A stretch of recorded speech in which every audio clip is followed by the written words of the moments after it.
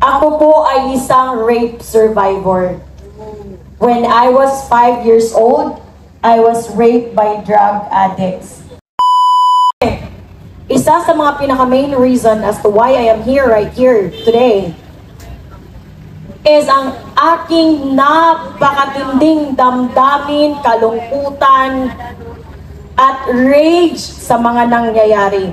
Hindi po anger, rage po. Ang susunod ko po na ibabahagi sa inyo ay maselan po na pangyayari sa buhay ko. At ito po ang nangyayari sa mga ordinaryong mamamayan kapag ang pamahalaan ay mas nakafocus sa pagnanakaw kaysa pagsisilbi sa bayan. Ako po ay isang rape survivor. When I was 5 years old, I was raped by drug addicts. Yes, it was so long ago. But sabi nga nila, gaano man katagal ang sugat, kapag ito'y malalim, minsan nararamdaman mo pa rin yung sakit. Back in 2023, ako po ay na-attempt ng rape under sa administration ni Marcos. I'm not blaming the government for my bad lucks. That's not me. Pero ito po ang isa sa mga resulta ng kapabayaan ng pamahalaan. Napapabayaan ang mga mamamayan, nagagahasa ang mga babae, at nananakaw ang ating kinabukasan. General Browner, I am here pleading you, sir. Pumunta po ako dito kasi sa araw-araw na napapanood ko sa mga balita, sa araw-araw na napapanood ko ang mga nangyayari sa Pilipinas, I feel na napaka-hopeless. As an ordinary citizen, walang background sa lawmaking, walang background sa saligang batas, walang background sa pag-aaral sa mga batas ng Pilipinas. Ito ay perspective ng isang ordinaryong Pilipino, General Browner. Sa nakikita ko po, hindi focus ng pamayanan, hindi focus ng pamahalaan ang magsilbi sa sambayanan. Ang focus po nila ay magpakasasa, magpayaman at magnakaw. On the other hand, napapabayaan po, hindi na proteksyonan ang mga mamamayan. Bakit naman kasi mapoproteksyonan kung ang number one culprit ng ating kahirapan ay ang pamahalaan? Hindi po pera ang ninanakaw nila.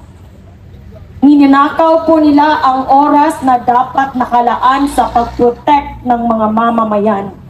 Sa aming pong lugar, ako po ay muntik na attempt na rape 1 month after may senior high pong ginahasa at napatay. It brought a lot of traumas and it brought a lot of pain to the point that certain months of 2023 and 2024, I do not go out of the house. Kasi pag tinitingnan ako ng kahit sinong lalaki, sa tingin ko ay hinuhubaran ako. Ako po ay produkto ng kapabayaan ng isang pamahalaan na ang focus po ay magpayaman ng sarili, ng pamilya nila, at mag-indulge ng mga bagay na hindi naman dapat sa kanila. Sir Browner, kami po ay nagsisimba linggo-linggo. Ang number one panalangin po namin ay sana magkaroon ng intervention. Sana magkaroon ng divine intervention, kahit anyong tulong mula sa Panginoon ay tatanggapin namin. Pupunta kami ng Kongreso para sa investigasyon sa flood control project. Ito po ay aking opinyon, maaring mali at maaring tama. Pero sa perspective ng isang ordinaryong mamamayan, ang nakikita ko po ay hindi investigasyon. Ito po ay cover-up. At nakakalungkot, hindi lang ang flood control project ang naging patunay, kaya ko nasasabi na sa pamahalaan ngayon, hindi na po nagpa-function. Wala nang check and balance as far as I know. The three branches of the government, executive, legislative, and judiciary, they are supposed to be separate from each other to make sure that there is a check and balance in the government. General Browner, ang tanong ko po, sa tingin mo po ba ay may check and balance pa ang Pilipinas? Seriously, ano po ang sagot sa tanong ko? Kaming mga ordinaryong Pilipino, walang kapangyarihan, walang pera, saan kami pupunta? Sino ang magtatanggol sa amin kung mismong ang pamahalaan na inaasahan namin ang bumababoy hindi lang sa kasulukuyan, ngunit pati sa aming mga kinabukasan. General Browner, I plead you with all my heart as a Filipino citizen, protect us. Protect us because in the end, you are supposed to protect the Filipino people. You are supposed to uphold the interest and the protection of the Filipino people. Wala kaming laban dahil wala kaming kapangyarihan. Pwede kami mag-rally sa araw-araw. Walang makikinig sa amin dahil wala nang ngipin ang batas ng Pilipinas. It is a personal opinion, and yes, I can be wrong, I can be right, but ito ay perspective ng ordinaryong Pilipino. Saan kami pupunta? Saan po kami? Sino po ang aming aasahan? Wala po kaming presidenteng maaasahan. Kasi kahit nga sa napakasimpleng interview, nauutal pa.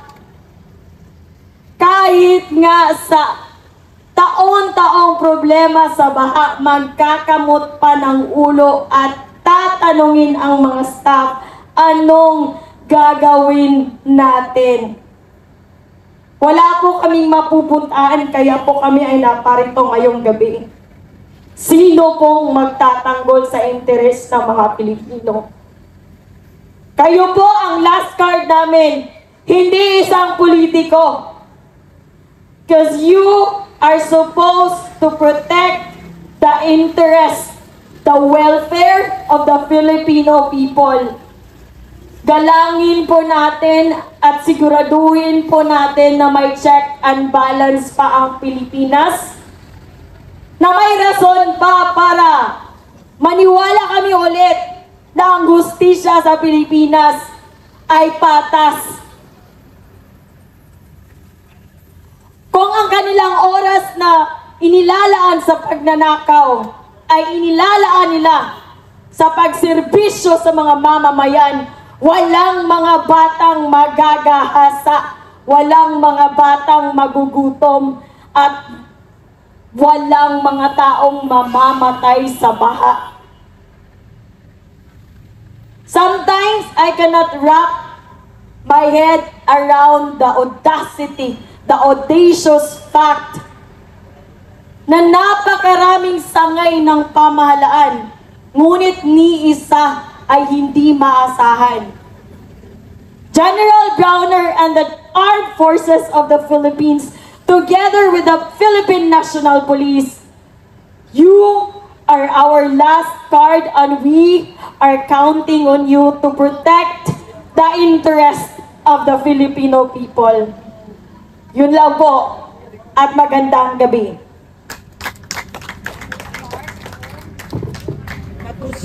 Si Pixie. Pinagamit ko muna si Pixie kasi yung bullet ng bal nakatama sa kanyang kamay at doon sa dinabato. Ngayon, mayroon akong gamit na anting-anting ni Commander Toothpick. Commander Toothpick, may gamit ako. So sabi ko, may tama ako. Pero kinapkap na yung dip-dip ko, wala naman dugo. So therefore, yung agimat ko na Commander Toothpick, hanggang ngayon, dala-dala ko pa, nandito pa ako sa pulsa ko. Siguro, dahil sa panalangin ko, at sinabi ng Panginoon, Bukay, bibigyan pa kita ng mahabang buhay, kasi meron ka bang gagampanan sa February 1780, September 1817, may gagampanan ka pa, kailangan mabuhay ka pa, at magsilta ka sa sundalo at pulis, para ikaw ay maintindihan. Isang palapag muna dyan, mga kaibigan. Palapag muna tayo! Para ganahan naman ako magsalita, Okay, tuloy natin. So, sa maiksin kwento, tapos ang gera. Na 3 araw, 3 gabi, 17 lang kami versus more or less 400 na rebelde. Nasa EEP history yan. Buklatin nyo. Yung OPIC, Nightmare of OPIC. Nandiyan niya sa EEP history. Okay. 17 lang kami versus 400 na rebelde. Ang resulta ng kalaban, 75 ang namatay, 150 ang wounded. Sa amin, isa lang ang wounded, yung aking body. So meaning, simula 13 anyos ako hanggang ngayon, nagsiservisyo pa ako sa bayan.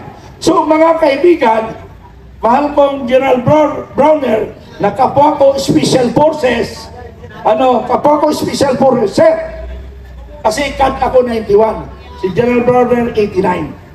Pero nagsama rin kami, at bago siya naging Cube Staff, nagmi-meet kami sa isang kampo.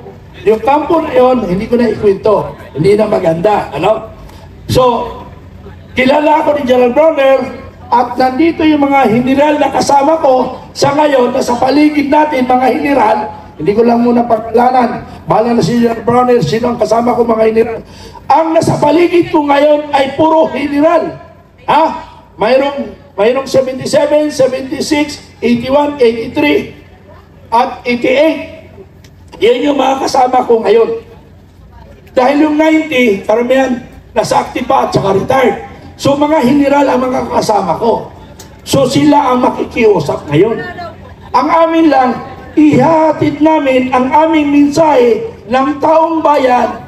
Ano ba ang posisyon mo sa nangyaring kawatan sa Kongreso?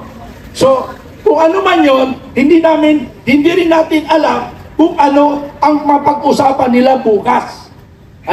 Kung anong mapag-usapan nila bukas. Kaya ako, mga kababayan ko Pilipino, panahon na ito, ipatama natin ang galit ng taong bayan. Kaya dapat narito na kayo hanggang bukas tayo ng kagustuhan ng ating Panginoon. Hanggang sa kagustuhan ng Panginoon, nandito tayo. Kaya pag na-despair tayo, ay baka demonyo umutos nun. Demonyo. Di ba yung nasa Kongreso? Puro demonyo yun doon. Halos lahat, di ba? Tama? Mga demonyo lang doon, di ba? Sa Kongreso. Biruin mo, inumusok ka ba ng bayan? Tapos yung EFP, hindi nila binibigyan ng suporta. Ang Philippine National Police, hindi nila binibigyan suporta. Tapos, bibili sila ng 90 firearms, 8 billion, papipirmahin si General Torre. Inuuto niya si General Torre. Mabuti na lang. Nagising si General Torre. Hindi niya pinirmahan. Ayun, nag-away sila. So, may away yung dalawa. Si Remulla at saka si General Torre. Sabi ko nga, actually, General Torre, binabawi ko na yung hamon sa iyo na suntukan tayo. Binabawi ko na. Hindi na tayo magsuntukan, magkakampi na tayo ngayon, Actually, nagkakausap na kami, Si General Torre, kaibigan General Torre, ang una ko si hamon sa kanya, sa KGC, Ha? Ang una hamon ko sa KOJC, alam mo, General Torre, kung talagang matapang tayo, mamundok tayong dalawa, 45 lang dala natin. Kung sino talagang matatapang. Huwag ka na magdala ng BBM. Sa dami mo ng tao, kaya ka na ipagtanggol dyan. Pero anyway, hindi naman natin sisihin kasi discarding niya yun. Pero ngayon, kaibigan ko na si General Torre. Kakampi na kami kasi may akuay sila ni Rimulya. Eh, yung Rimulya pa naman, mga gago yun eh. Gago sa Cavite. Tinan mo yung mga kasama natin, hinaharang doon. Yung mga kapulisan doon, ay sumusunod siyempre. Boss nila eh. Pero sabi ng mga pulis doon, Sir, pasensya na lang. Wala kami magawa kasi inutusan lang kami. Ano? So, yung Cavite doon, eh, siyempre, Rimulya yan. No? Okay, sigurado ko ito, mga kabaro ko yung lumabas dito. Kaibigan! Hindi ko lang sabihin. Hindi ko na ikwento kasi bawal, delikado. Kasi may mga confidential sa amin na, pero alam ko na kung sino yun. Ano? Okay. Tuloy tayo mga kaibigan. So, narito kami upang magpahayag in behalf of the Filipino. Nire-represent namin sila. Pero hiling lang namin, kaibigan, hiling lang namin ng mga nakikinig ngayon sa mga vloggers at sa mga bayarang mystery media, ang alam niyo mga kaibigan, kwento ko kayo, no? Yung mga mystery media, alam mo kina-cover nila? Mga NPA.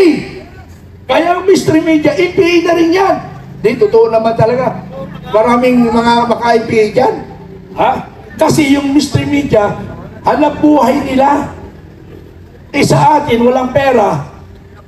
Sila may pera. Kasi billion of pesos nga eh. Sabi nga eh. Karamihan dito ng mga kapulisan at sundalo, hindi alam nila kwento. Kwentuhan ko kayo para may idea kayo. Sabi nung isang politician, sabi ni Speaker Magnanakaw, sabi niya, Lady! Hindi Lady! Yung kanta, hindi. Yung First Lady. Sabi niya, give me 3 trillion. Tagalogin ko para hindi mahal. 3 trillion, bigyan mo ako and I will conquer the Philippines. Ano yung conquer the Philippines? Iko-conquer nila lahat yung mga kalaban nila sa politika. Para by 2020, sila pa ang magpapatakbo ng ating bansa. Napakagahaman talaga, no? 2022 pa lang, nag-isip na sila paano nila babagsakin ang kalaban nila. Di ba demonyo yun? Di ba demonyo pag-iisip nun? Alam nyo, yung hearing nila sa Congress, instead, ang hearing nila, development ng ating bansa, ang una nila, yung tuwad ko, pag-imbestiga ng mga imbestiga, kay Go, inimbestiga. Ang lahat ng investigation, 3 taon na, ano nangyari sa investigation? Ano nangyari? Wala. So nag-ubos lang sila ng pera at panahon. Yun pala, dinadivert lang nito, dinitikoy tayo para yung pagnanakaw nila ay hindi mapansin ng taong bayan. Yun yung masaklap, kaibigan. Yun yung masaklap. Kaya mga sundalo, mga dati kong mga kabaro, kinakailangan magising na ang inyong puso.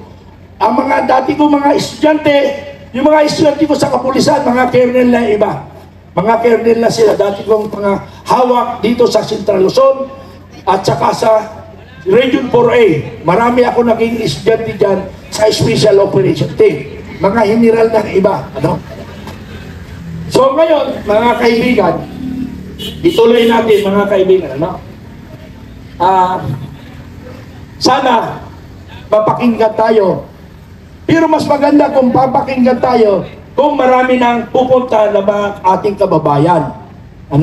Sana yung nabanggit ko sa Veterans Hospital, nagkwento ako doon sa mga nurse.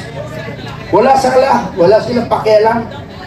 Pero nung pumasok ako sa mga doktor, nagkwento ako sa kanila kasama ang Marites, mga 7 doktor yata ay nakinig. Ang naging audience ko doon sa Veterans Hospital, mga doctors nakinig sa akin. Pinintuhan ko lahat ang mga nangyayari sa bansa. Pero ito sa mga nurse, wa-effect. Sabi ko, mga kaibigan, yung ginawa nyo sa akin, iba-vlog ko yan. Anyway, hindi ko kayo papangalanan. Alam mo bakit? Nakakasama ng loob kayo. Kami, nagbubuhis ng buhay para sa ating sambayan ng Pilipino, para sa ating apo. Kayo, wala kayong pakialam. Pilipino ba kayo? Hindi kayo nakakaramdam ng pagnanakaw ng mga politisyan? Hindi nyo naramdaman yan? O wala kayong pakiramdam? Ha? Ninanakawan na tayo.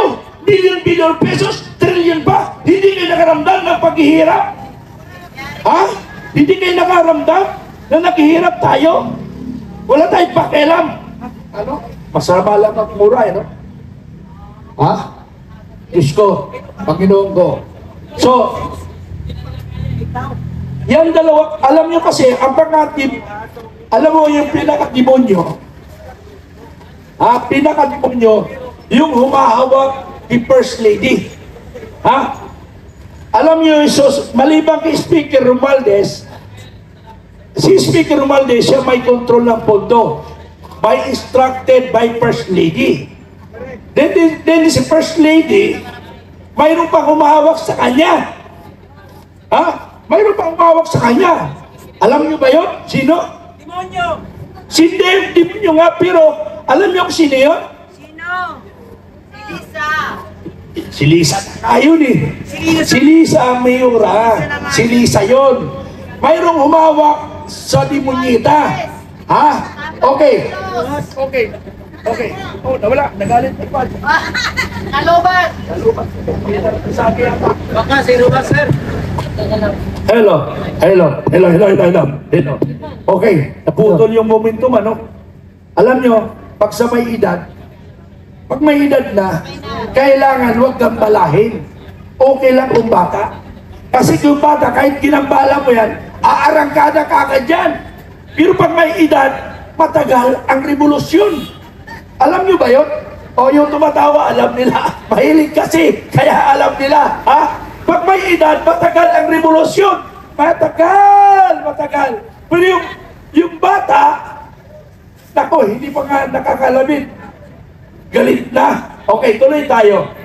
Nasaan ba tayo kwento? May hawak ni First Lady. May hawak ni First Lady. Sa totoo lang, alam na natin kung sino yung mga kawatan sa Pilipinas. Si Romualdez, si Marcos, si First Lady, at yun sa baba, mga ko na lang yun, maglalamay na lang yun. Yung tatlo, yun yung kawatan. Pero, mayroong humawak doon.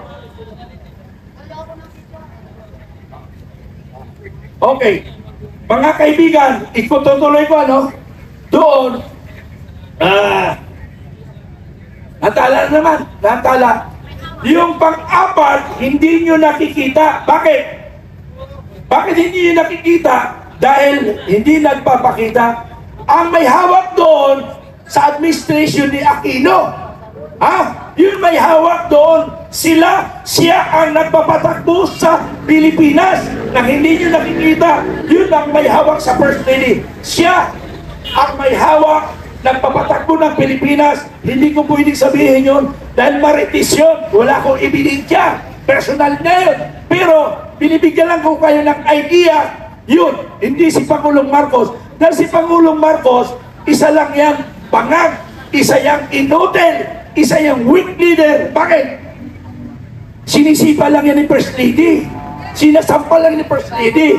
So, ibig sabihin, ang nagdidesisyon, kung matapang si First Lady, may mas matapang sa kanya. Sige, tapang-tapangan ka. Pero wag na, maritis yun. Okay, maraming salamat. Mamaya, at baka alas 6 magsasalita ko, ba't na alas 6? Kasi nga, marami pa pala speaker. Akala ko kasi walang speaker, kaya nabahan ko. Okay, maraming salamat. Thank you. Palakpakan po natin si Third Colonel Metran. At ngayon naman po, ibibigay ko sa inyo. Announcement. May announcement lang tayo para alam ng lahat. Nag-message ako sa NCRPO. So ang gagawin natin hanggang alas 12 lang tayo rito.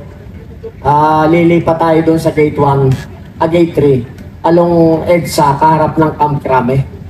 Para at least dalawa yung nakita natin. Magbibigil tayo ron. So ulitin ko, nag-message na ako sa NCRPO, hanggang alas 12 ng gabi tayo, tapos lilipat tayo doon sa gate 3. Doon naman tayo magbibigil. Dumating na po si General Romy Pukis, ang ating mahal na General.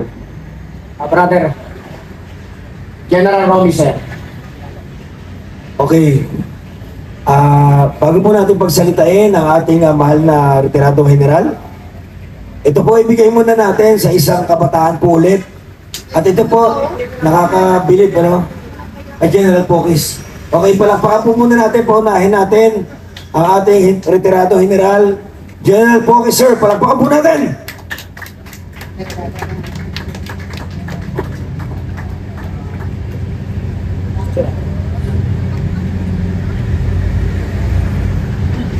Okay, muli, sa entablado po, General Romy Pokis. Magandang gabi sa inyong lahat mga kababayan. At dito na muli tayo. Pakihinaan na lang ng konti yung sound system kasi yun ang request nung kasi mga residential dyan. No? Anyway, ito ay continuation ng ating ginagawang pagpapahayag ng ating hindi lamang pagkadispaya kundi puot at galit dito sa nangyayari sa atin, korupsyon sa bayan natin na pinangunguluhan ng mga congressmen. Ano? Ngayon, andito tayo, temporary lamang ito. Bukas, meron tayong activity. Diyan tayo sa mismong EDSA, yung gate 3 dyan sa dun sa Pagpinado. Okay?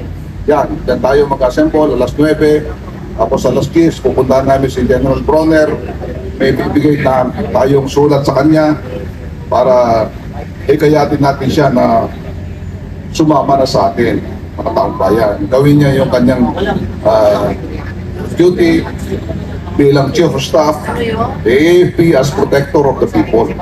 Kaya dapat i-uphold niya yung Constitution na protektahan tayo mga mamamayan. Okay?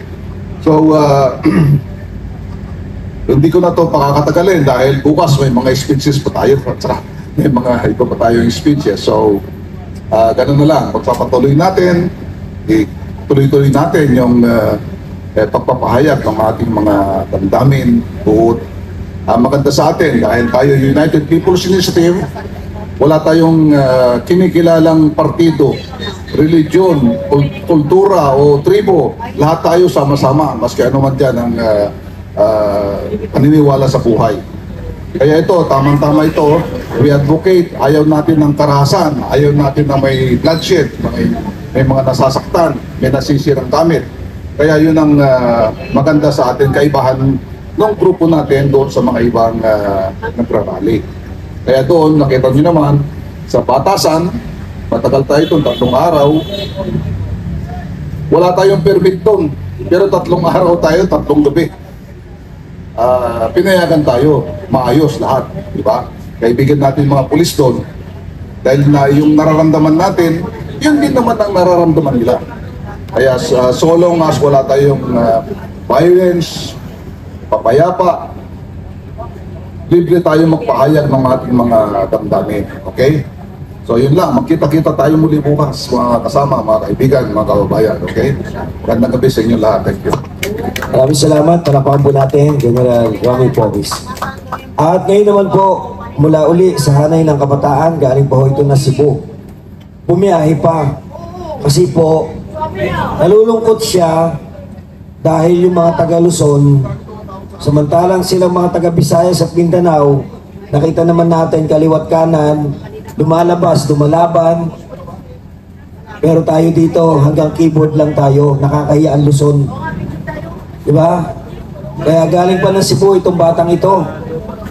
Pagbigyan po natin, mga kapatid na kasunduluhan at kapulisan, bumiyahe mula sa napakalayang lugar. Palakpakan po natin ang isa sa ating tagapagsalita ngayong gabi, walang iba mula sa hanay ng kababaihang kabataan